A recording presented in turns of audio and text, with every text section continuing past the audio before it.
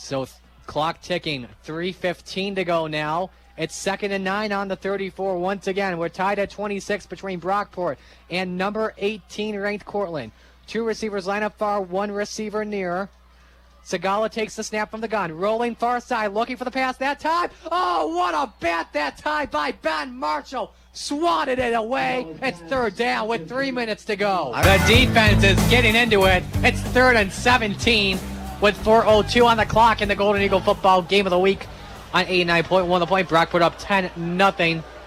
Let's see if Fisher can convert this one into a first down. They've only had 1 3rd down conversion today. It is a shotgun formation. 3 receivers set on the near side. It's Walsh out to throw near side. That pass is complete to Will Blake. Had some daylight for a moment, but Ben Marshall brings him down for about a 2-yard pickup on the play. 1st and 10 on their own 47. Hubbard by himself on the near side. It's trips far side. Jolly Code in the backfield behind Freddie June in an I formation. From the O-line to the far side, it's Ortiz, it's Chance, and it's Cromer. 30 seconds into the 4th quarter. It's a handoff to Code to the middle, and he's still on his feet, and there he goes. 30, 25, 20, 10, 5. End zone, see you later. Touchdown, Brockport, Jolly Code. What a run for number 31. It's a 6-game streak where he's had multiple touchdowns in a game, and it's 25-14, 40 seconds into the 4th.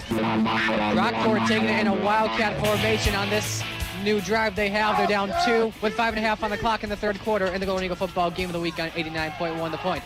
Jolly Code under center, taking it himself, brought down at about the 45-yard line. This is interesting as well in that Wildcat situation, because you usually see from time to time Rashad Law in the a man in motion as the Wildcat breaks on down, and now the receivers come on back out with Ortiz and Cromer lined up on the near side, and Hubbard by himself on the far side in the wideout. Jolly Code lined up to the right of Freddie June in a shotgun formation. Sam Bergman, the fullback, in as well in a potential blocking situation. June, a play action, rolling near side. This is a deep pass. This is going to Cromer. And he makes a catch! Brought down about the 15 of Western New England territory. It's a big first down for Brockport. Beautiful catch there by Imatep Cromer. Kind of ran by his defender there. Defender kind of got caught up with the turf monster there, but great catch by Cromer. Sets Brockport up at the Golden Bears 15. One receiver put on the far side. That's Hubbard by himself. Cromer and Ortiz line up on the near side. Jolly Code in shotgun to the left of Freddie June. Ortiz, the man in motion from near to far. Jolly Code with a run up the middle, but caught up in traffic down at about the 10-yard line. I mean, that was about a 4-yard run, but that's what Jolly Code is there for, Marty. A nice little chunk plays, 4 to 5 yards on the ground.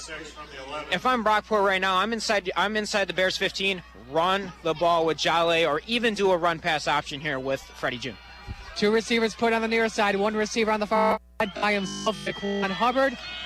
Or a shotgun once again. Man in motion, Ortiz. So the same play as last time. Ortiz with a handoff this time. And he's brought down about the 11. Yeah, number 52 there for the Golden Bears. Nick Parchasinski, he is in for Cuteman right now, as Cuteman is still on the sideline. But great defense there by the Golden Bears. Sets up 3rd down and long. So defensive substitutions for Western New England side with 3.5 on the clock in the 3rd quarter. Brockport down 2, 14-12. June trying to look to the end zone. I take the lead for Ortiz, but it's just too far for him.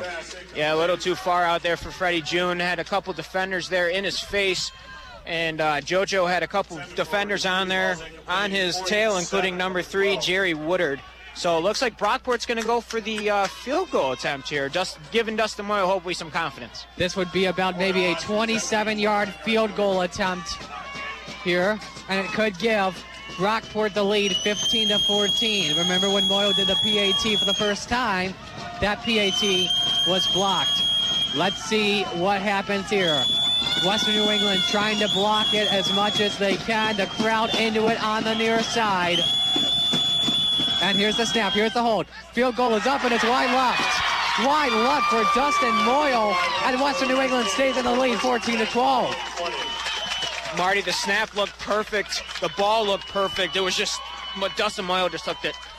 I don't really feel any wind right now. He just hooked it. That's all I can say right now. Tough break for him. I know, he's a senior too. And like Mangoni and I talked about in the interview, he really just has to believe himself, have confidence that he can do this. But that's a tough break for Dustin Moyle to not give Brockport the lead at the moment. 3:23 on the clock in the third quarter. The Golden Eagles down on the Golden Bears by 2, 14-12, and now Western New England tries to extend their lead. It's a shotgun formation, so Bronis lined up to the left of Alec Coleman. A 1st and 10 from their own 20. Play action, looking far side that time. Intercepted that time by the Brockport Golden Eagles, and that's Lawrence Jenkins. What a pick there by Lawrence Jenkins. Jumped the route and pretty much said, give me that ball. So great pick there by Lawrence Jenkins. Sets Brockport's offense up in great field position at the Golden Bears 25. That was big. Could that potentially be the catalyst for the Brockport Golden Eagles for what they need? Now, can they try and take the lead back once again? The offense thought they were getting a good break, but guess what? It's a quick one. Lawrence just put them back on the field right there. Wildcat formation. Law is in as well. Jolly Code lined up under center.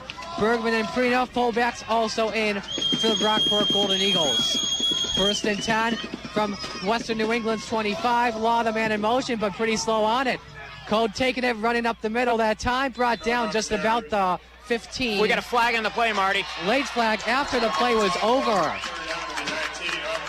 What do you think happened there? I couldn't really see anything. I think they're going to get number 81. We don't have him on our stat sheet, but we're going to get him for, I think, an unsportsmanlike conduct after the play.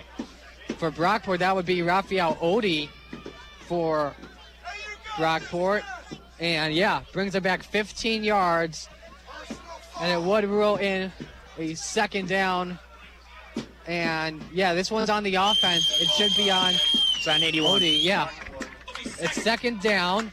And we just got the mic for a moment there. Referees are trying everything they can to speak. But it'll rule in 2nd and 19 at Western New England's 34. They have to get to the 16 to break the plane. And the Wildcat formation will end from right there. And now they go back to receivers. Cromer lined up by himself on the near side. Trips far, Hubbard the wide out. Benson and Benson from near to far when you look from the O-line. Jolly Code, I formation. He's in the backfield with Freddie June. June calls for it. Handoff. June play action as he runs on the far side. At the 27 this time, at 25. Gets beyond the line of scrimmage and brought down about the 21. Good pickup there for Freddie June to put them into a 3rd down situation. Yeah, Freddie June had that. He had the Michael Jackson feet, the little thriller, kind of bouncing around with the Billie Jean. But great run there by Freddie June. Sets up 3rd down, and I would say manageable here for the Golden Eagles on offense. 2 Michael Jackson song references. That's impressive there, Ben. 1 receiver far. Now they go trips near side. Hubbard by himself, line up on the far side. As we have a stoppage. Timeout call for Western New England. That's their first of the half. They have 2 timeouts left. Brockport with 3. Now, if you're Brockport here on 3rd and 8, what do you do?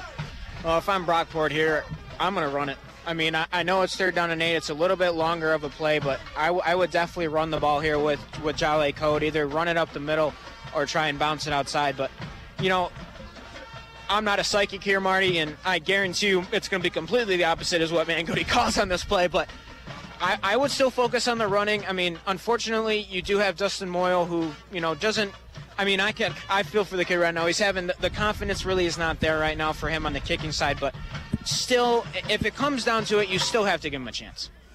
Absolutely.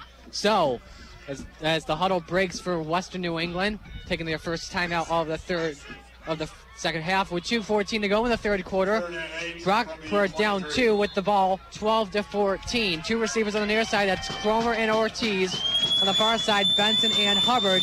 Freddie June takes it from the shotgun. Faces a lot of pressure. Avoids the sack for a moment. Throws it away on the far side. And that brings up a 4th down. And now, do you go for the field goal here, try and go for 3 points? But if so, who do you bring out, Moyle or Panapinto?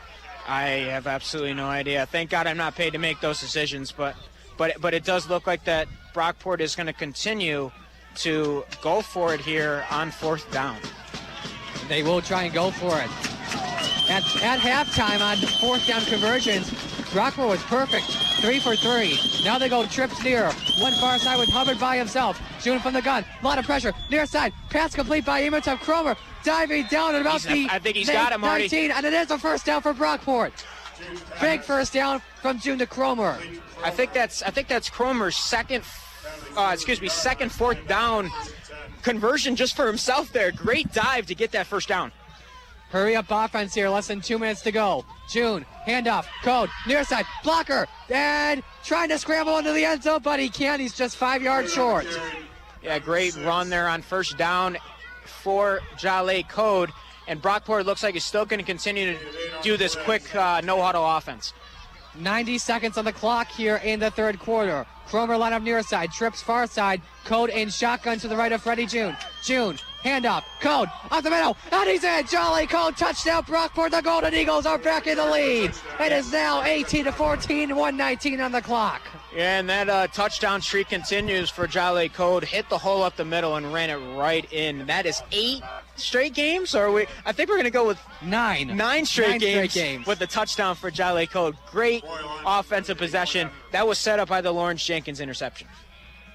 Dustin Moyo out for the PAT to try and make it a 19-14 game. Back and forth, both teams have gone today trying to get the lead right now, even though Western New England has had it for a majority of the game. Moyo, PAT is up, and this time it is through the uprights. 19-14 with 1:19 on the clock.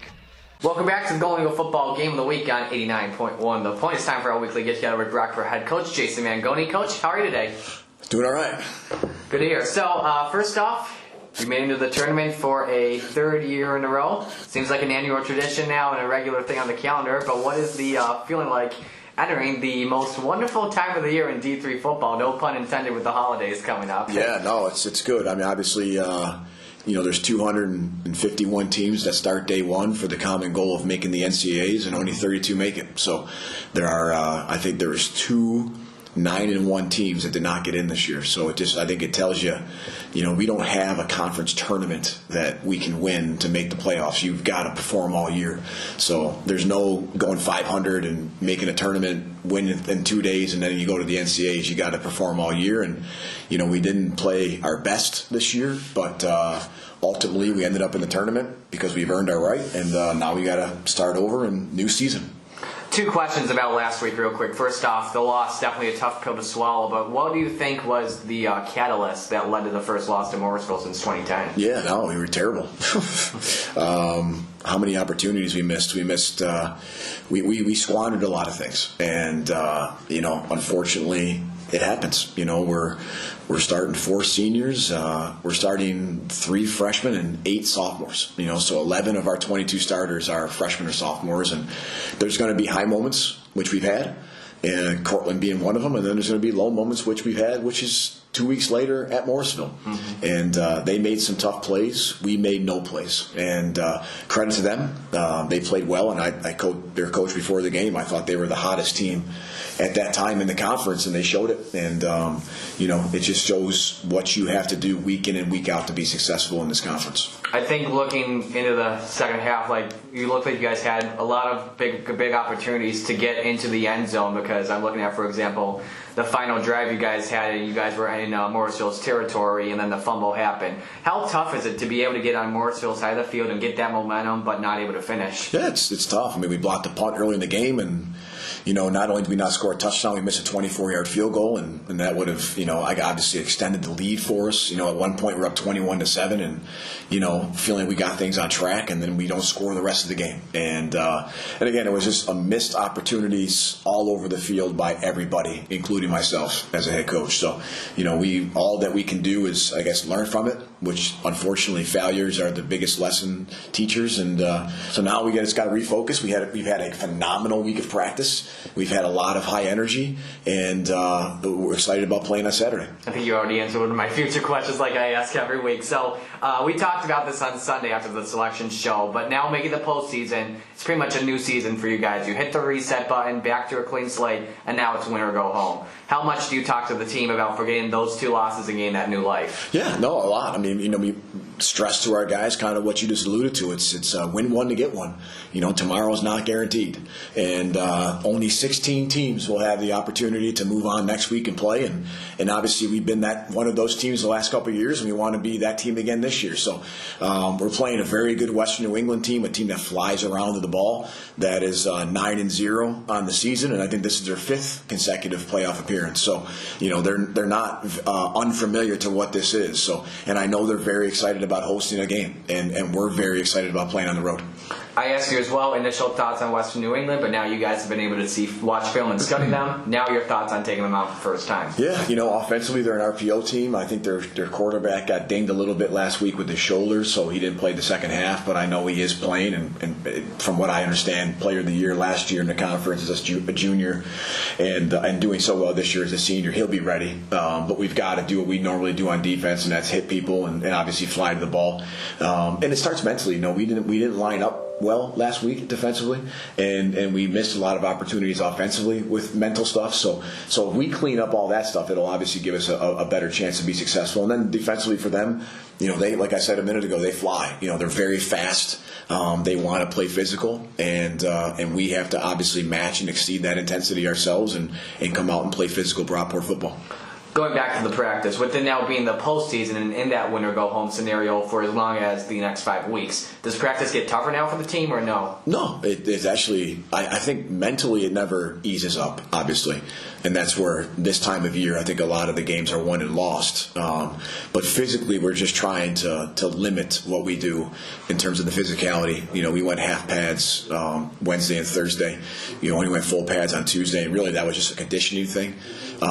We didn't really hit much, but it's the luck part of football, as we've discussed in the past, is the health part. And to be healthy this time of year is huge. And I think we've discussed this in the past, but we've only played 2 possessions offensively with the 11 guys that we would thought would play all year. So 2 possessions in 10 games is pretty tough, and that's all we've been healthy. So you couple with youth, with injury, for our kids to be here at this position, we're very happy, but obviously not content. So this is the first matchup for you guys outside of New York State since you guys took on Mary Hart and Baylor down in Texas in 2017. How do you prepare mentally the night before, getting some peace and quiet to not just you and the rest of the coaching staff, but the players as well heading into game day? Yeah, and I think that's one of the things why we don't mind playing on the road is, we'll be in the hotel.